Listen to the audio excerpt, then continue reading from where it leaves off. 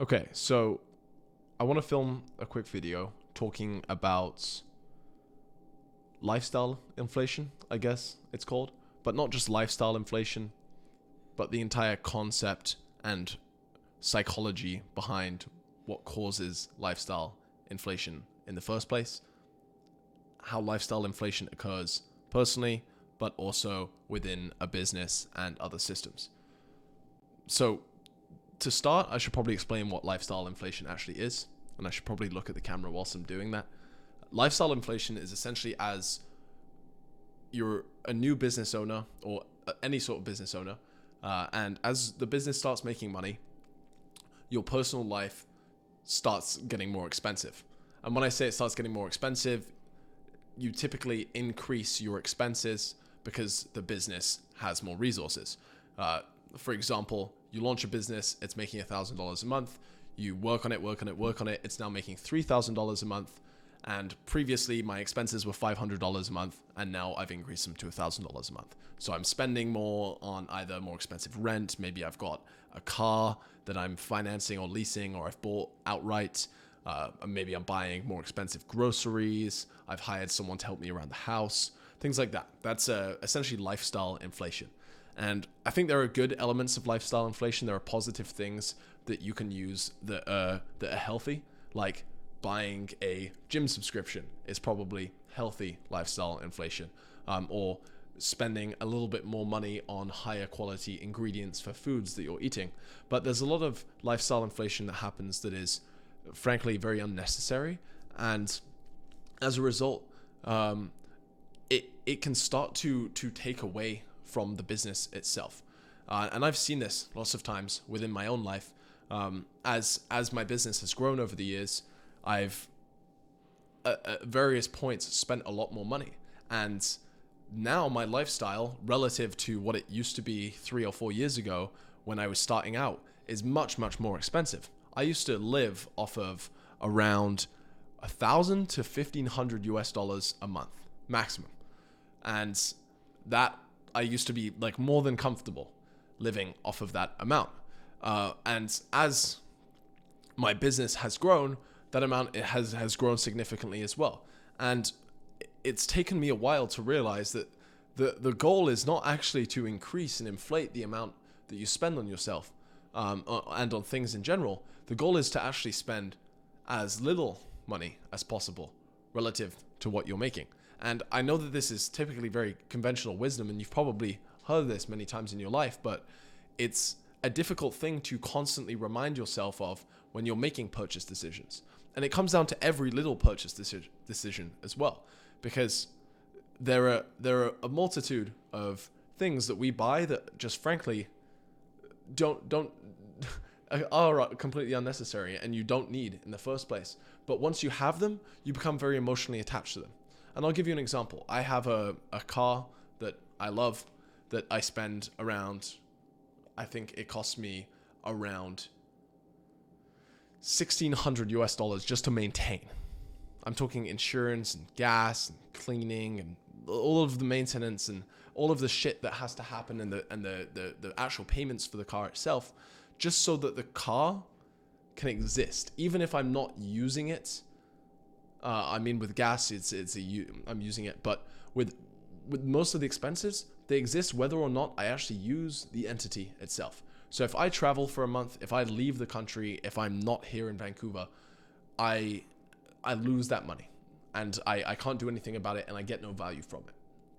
And I think it's really important to know for anyone that is starting out in business. It's something that I got told when I was first starting out.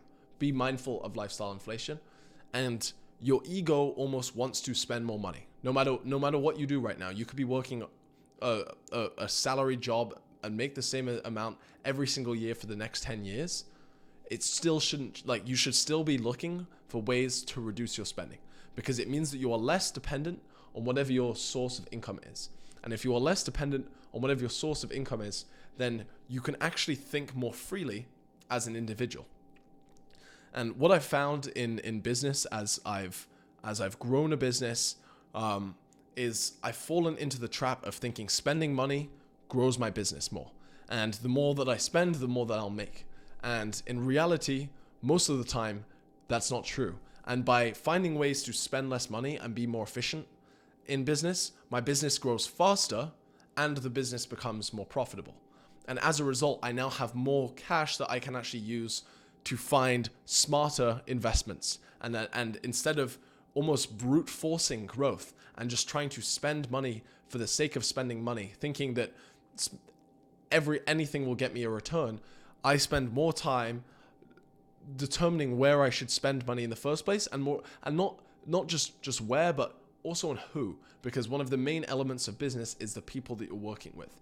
And this kind of applies to everything, and I think it comes down to almost like a brute force approach where your ego wants instant gratification and you need delayed gratification to make better decisions, but you don't really understand what delayed gratification is until you do shit that gives you instant gratification a bunch, and then you step back and you go, holy fuck, I shouldn't have done that. And this is the same concept for anyone that might vape or do zins or anything like that. It's a very similar concept where once you start, you become very emotionally attached to the thing. Even coffee. Like, if you drink coffee a lot, try just not drinking coffee or anything caffeinated for a couple of months. And you'll find it difficult at first, most likely. You'll find it difficult to stop. And if you've been drinking or doing the habit, the activity for a long time, it's because it's so emotionally attached to you, it's become part of your identity. And your ego finds it very difficult to separate from. So, the analogy that I was using with zins or nicotine or caffeine is that when you start doing it, you're doing it because you get the instant gratification.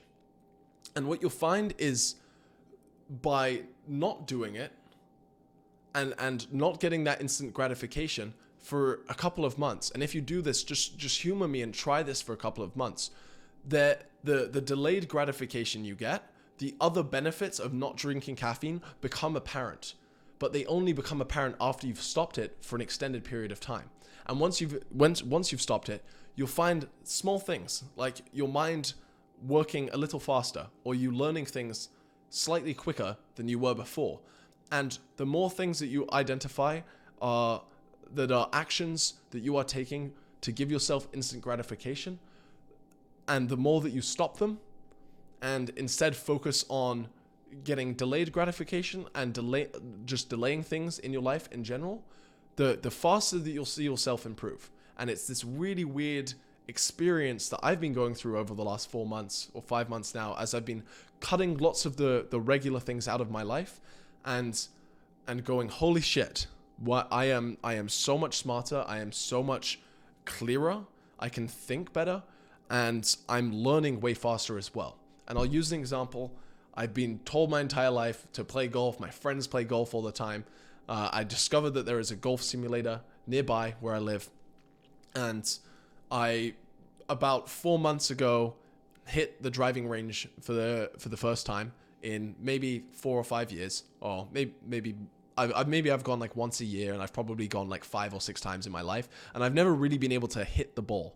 And I have gone, since I went to that driving range the first time about 4 months ago, I have gone a total of 4 or 5 times to practice golf at either a driving range or a golf simulator. And I've done it for about an hour. And I was there today, and I suddenly found that my stroke and my ability to hit the ball is not just semi-decent, but I can actually, in a simulator, get a ball quite close to a flag. And I'm actually like decently good with playing it, and it's been 4 times. I haven't been like doing a ton of practice, but the rate of improvement that I've had with not just golf, but like several other things that I'm learning and practicing in my life has drastically improved. And it's come from removing stuff within my life that I just didn't need to be there in the first place. And the reason that I was doing them is because I was so emotionally attached to them. So weird topic, and definitely went off on a tangent today, but I kind of like filming videos in this format. I kind of like going off the cuff when I have an idea. I know it's late, but I think I'm going to film more videos like this So thank you for listening, and goodbye.